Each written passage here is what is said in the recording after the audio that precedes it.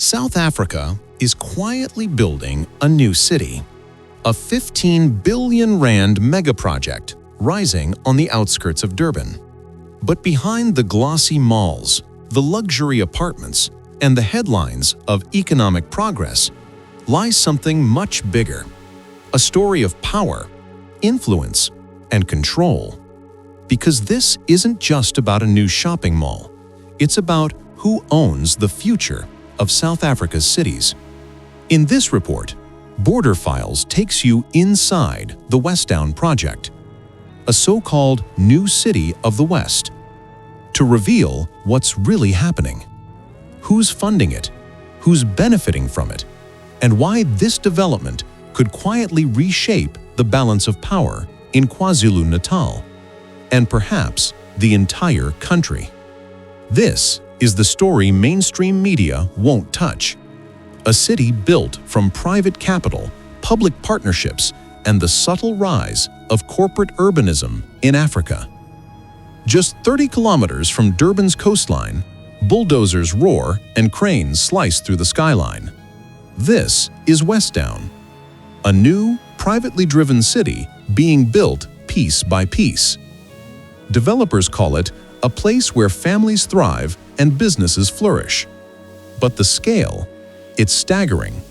The first phase alone, Westown Square Mall, spans 50,000 square meters and cost 1.5 billion rand to construct. Now, the next phases, from logistics parks to eco-estates and private hospitals, will push total investment beyond 15 billion rand over the next decade. The masterminds? The Fundamentum Property Group, working hand-in-hand with the eThekwini municipality. Together, they're not just constructing buildings, they're redrawing the urban map of KwaZulu-Natal. And here's what almost no one is talking about. Westown isn't just a new development. It's the template for future privatized urban spaces, where infrastructure, mobility, and even public life are designed not by the state, but by corporate visionaries. Listen carefully. The same model that created Midrand, halfway between Johannesburg and Pretoria, a privately fueled hub that became South Africa's economic in-between, is now being replicated between Durban and Pietermaritzburg. Only this time, it's bigger, faster, and more strategic. The project stretches across hundreds of hectares, connecting through the new N13 bridge, already under construction, and feeding directly into major logistics routes. By 2026, a second bridge will rise. By 2027, an entire motor district, Park Ferme, will open, housing luxury car dealerships like Omoda and JQ. At the heart of this transformation, corporate urbanism, the quiet takeover of public infrastructure by private capital. It's a phenomenon spreading globally, from Dubai's planned smart districts to Kenya's Kanza Technopolis and Egypt's new administrative capital. And Westown is South Africa's entry into that global race, a new kind of city where governance, architecture, and economy merge under one powerful corporate narrative: progress. But progress for who? Behind the promotional videos and green slogans, Eco Park, Sustainability, Lifestyle Estate, are the real players, developers, investors, and political figures seeking new revenue streams outside government control.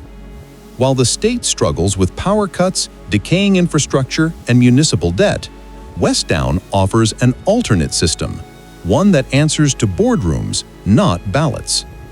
Picture this: glass towers glinting under the KwaZulu sun, trail hubs filled with mountain bikers and horse riders, luxury apartments built by Balwin Properties rising next to a 100-bed private hospital.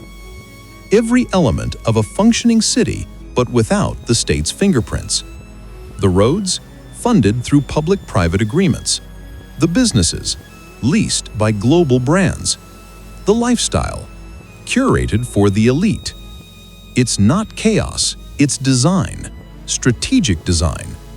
And this is where everything changes. While South Africa's government debates land reform, state-led housing, and economic transformation, the real transformation is already underway, in the hands of private developers. Westown, Shongweni Eco Park, and the Ferrier Business Park aren't just property investments. They're alternative governance systems, brick by brick. Each private smart city weakens the state's economic centrality and strengthens corporate control. This is how the new South Africa is being built, not by politicians, but by developers. Not through policy, but through construction. And in the process, a silent form of segregation returns, not by race, but by wealth. Because these new cities aren't for everyone. They're for those who can afford the lifestyle, the curated urban experience of security, convenience, and exclusivity. From Saudi Arabia's Neom to Rwanda's Vision City, the world is watching a new geopolitical pattern emerge. Governments under pressure, outsourcing urban growth to private empires. And now, Durban joins the list, with Westown, the first of what could be several corporate mini-states across South Africa. Each one eroding the state's monopoly on planning and creating microeconomies controlled by private power. These projects are sold as development, but make no mistake, they are the architecture of influence. Behind every glass building lies a silent question: who truly owns the city? So yes, Westown promises progress, but it also signals something far more profound and irreversible. A future where corporations replace governments, where cities become brands, and where citizens become consumers. The next bridge, the next estate, the next mall, all part of a deeper game of power. A game that's already reshaping South Africa's destiny. And while most are still dazzled by the lights of Westown Square, few are asking the real question: who is quietly buying the country's future, one city at a time? If this story stirs something inside you, if you can see that this isn't just development, but a shift in power, then subscribe now to Border Files and turn on notifications. Because what's coming next will expose how these new private cities are linking into global power networks, and why the next wave of African urbanization may no longer belong to its people. This is Border Files, and this is just the beginning.